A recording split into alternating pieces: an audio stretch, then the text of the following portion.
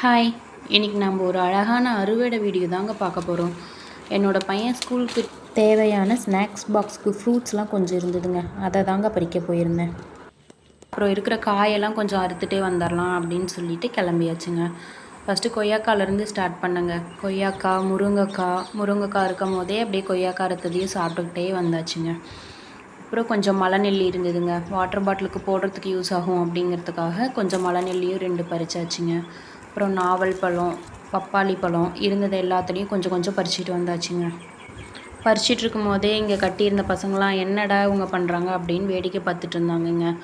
அப்புறம் நிறைய சின்ன நெல்லிக்காய் இருந்ததுங்க. அதில் கொஞ்சம், அப்புறம் வாட்டர் ஆப்பிள் க்ரீன் கலர் இருந்ததுங்க, அது கொஞ்சம், அது எல்லாத்தையும் கொஞ்சம் பறிச்சாச்சுங்க.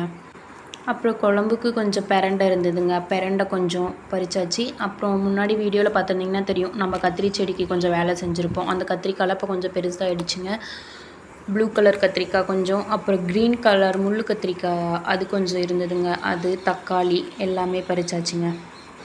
இதெல்லாம் முடிச்சுட்டு கறிப்பலா மரத்துக்கு போயாச்சுங்க. கறிப்பலா கொஞ்சம் அதிகமாகவே இருந்ததுங்க. அதனால் 2 கறிப்பலாவாக பறிச்சிட்டு வந்தாச்சுங்க. பறிச்சிட்டு வந்து ஒரு கறிப்பலாவில் பிரியாணியும் இன்னொரு கறிப்பலாவில் கிரேவியும் செஞ்சாச்சுங்க நைட்டுக்கு. கடைசியாக நம்ம அறுத்துட்டு வந்த காயோட ட்ரே பாருங்கள் எவ்வளோ அழகாக இருக்குன்ட்டு.